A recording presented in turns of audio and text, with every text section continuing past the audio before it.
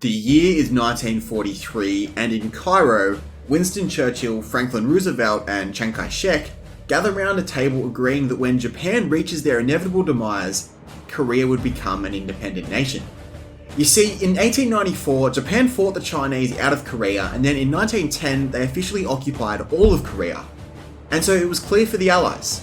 If Japan could be defeated in the war, then Korea could be liberated. And all was going to plan. In August of 1945, Japan had well and truly lost the war, and with America's atomic bombs ready to go, Japan was on the verge of surrender. However, Joseph Stalin had other ideas. You see, 3 weeks before the end of the war, Stalin joined in against Japan and Russian troops were sent into this part of Japanese-controlled China, Manchuria. And before Japan surrendered, Soviet troops made their way down from Manchuria and into Korea itself and proclaimed a new Korean People's Republic, led by the man whom the Red Army had prepared for leadership, Kim Il-sung. Hello there. Okay, so today is the first episode of our new series, Enemies of the West. And just as a bit of housekeeping before we get into today's episode, this series is going to focus mostly on the regime rather than the personality. So today we'll look at how Kim came to power and what he did in power, rather than a biography of his life. And we're actually going to start today's episode with Kim aged 43. Now obviously the Soviet occupation of Korea greatly annoyed the Allies because they wanted an independent Korea on their terms rather than on Soviet terms. And so the newly formed United Nations created a dividing line between the North and the South, and they supported a guy called Syngman Rhee to lead the South of Korea. We call this division the 38th parallel because the border was drawn at 38 degrees north latitude. Now, nobody thought that this could be a permanent arrangement, and so the UN called for Korea to have elections on which regime they wanted, Kim's or Rhee's. Kim Il-sung vehemently protested this idea because the North had a much smaller population. However, Syngman Rhee still went ahead with the elections in the South and obviously won. But then Kim responded with his own elections and obviously won in the North. And so with the issue still unresolved, in June 1950, Kim invaded the South. Now, historians disagree on why he did this. I'm personally persuaded by the argument that with the Soviets and China having agreed to provide war materials, he thought he could successfully unify Korea under his regime. Nonetheless, with Kim invading the South, US President Harry Truman sent American troops to defend the South, and for the first time in US history, did so without a congressional declaration of war. You see, the American government was desperate to see Korea not fall into communist hands, and their intervention proved successful. The communists were repelled, and by September the South had been entirely cleared. And with UN approval, Truman now ordered an invasion of the North. But this is where China then got involved. Chiang Kai-shek, who was China's representative at Cairo, had recently lost the Chinese Civil War to communist Mao Zedong, and you can learn all about that in my other series here. But China was paranoid about the US encircling them, and so they wanted a barrier between them and an American-backed regime. So when America threatened to unify Korea under Syngman Rhee, China intervened by sending in 300,000 troops. And by January of 1951, the UN had been forced out of the North. General Douglas MacArthur even advocated dropping an atomic bomb on Manchuria to prevent Chinese support, but America opted against it, and Truman actually fired MacArthur later for insubordination. After the Chinese repelled the UN forces, a stalemate ensued, and in July of 1953, an armistice was signed. The 38th parallel was kept as the dividing line with a 4-kilometer demilitarized zone to separate the two Korean governments, and having retained control of the North, Kim was quick to consolidate his power within the regime. Many political rivals were executed, and unfortunately we don't know how many, but the most famous execution was that of Park Hon-young. Park was part of the South Korea's Workers' Party faction. Basically, as the name suggests, they were communists from the South, but he also held the position of Vice Chairman of North Korea's Politburo. And so as Kim's main rival for leadership, Kim had him arrested right after the war in August of 1953, and he was executed for being an, quote, American spy. Kim also created a class system based on individuals' loyalty to the party.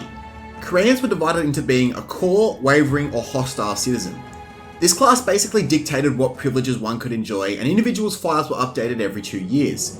It was hard to progress up the ladder, but also easy to fall down by doing things like engaging in political activity, having a criminal record, or having any history of church participation. This class status would also be passed down from parents to children. Kim also set about developing his personality cult, and murals and statues of the great leader emerged all across the country. In terms of policy, Kim advocated for Juche. Basically, this was complete autonomy, and as Kim himself put it in 1955, Juche was about completely independent ideology, political independence, economic independence, and military independence. And so as early as 1955, North Korea took their first steps towards total isolation. But what the common man may not know is that in their first decade, Kim Il-sung's regime fared far better than South Korea.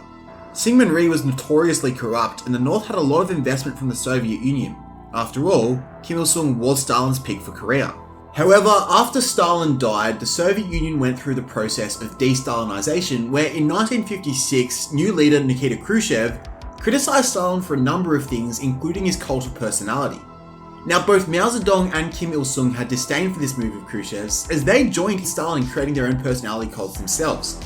China immediately started to split from the Soviet Union and began their great leap forward, partially in a bid to become the global leaders of communism. However, given their heavy dependence on Soviet investment, Kim Il-sung was reluctant to split too. He initially claimed to be on the side of socialism, which didn't really mean anything, but eventually sided with China and purged Soviet Koreans from any position of office. References to the Soviets in history books were also phased out, so that left Kim Il-sung and Mao Zedong as buddies for about half a decade. You see, in 1966, Mao began his Cultural Revolution, which you can find out more about here. Basically, Mao had started a second revolution whereby his young Red Guards attacked people in positions of authority that had anything other than Maoist beliefs. But for Kim, this was far too chaotic for an organised socialist state, and so then China and North Korea began to fall out. Chinese Koreans were required to renounce their Chinese citizenship in order to receive state goods. And there were a handful of minor border skirmishes, and then later when Deng Xiaoping became the leader of China and advocated for a much more free market version of socialism, officials who had Deng's sympathies in North Korea were purged. However, in the mid-1970s, both states were able to patch things up enough so that Kim could resume his state visits to the Middle Kingdom. The net effect of this though was that throughout the 1960s, North Korea lost all of its investment from the Soviet Union and started to fall into poverty. This was made worse when in the 1960s, military expenditure rose from 6% to 30% of their GDP. Basically, having lost the support of the Soviet Union and temporarily China, Kim Il-sung was paranoid of a Western attack and wanted to ensure that any effort to engage his regime in war would result in a long, drawn-out war to scare away the West. And in the same way that the collectivization of Chinese farms led to large food shortages, North Korea's collectivization proved to be far from successful. Unfortunately, we don't have access to their grain output figures, but rations declined from 700 grams per day in 1961 to 608 grams by 1973. And at the same time as food was proving hard to mass produce, population growth continued to rapidly increase so that rations dropped to 547 grams per day in 1987. Finally, Kim regularly messed with the South in an effort to destabilize the regime and use their labor to fill shortages. He even spoke to Mao about the possibility of reunifying Korea under his rule as late as 1975. But in 1967, Kim attempted to assassinate the Southern President Park Chung-hee. North Korean special forces crossed the DMZ in an effort to assassinate him, but their attempts were unsuccessful and 28 of the conspirators were killed. His regime also abducted 424 medical officers, 190 judicial officers, nearly 3,000 civil servants, and hijacked a Korean Airlines flight in 1969. In 1980, a 68-year-old Kim announced that his successor would be his son, Kim Jong-Il, and in 1994, an 82-year-old Kim died from a heart attack. There were 10 days of public mourning, and footage is available on YouTube, which I'd strongly encourage you to watch. And so after outlasting Stalin, Mao, and Ho Chi Minh, North Korea's very own communist leader was gone, and it was now time for Kim Jong-il to take control of the North.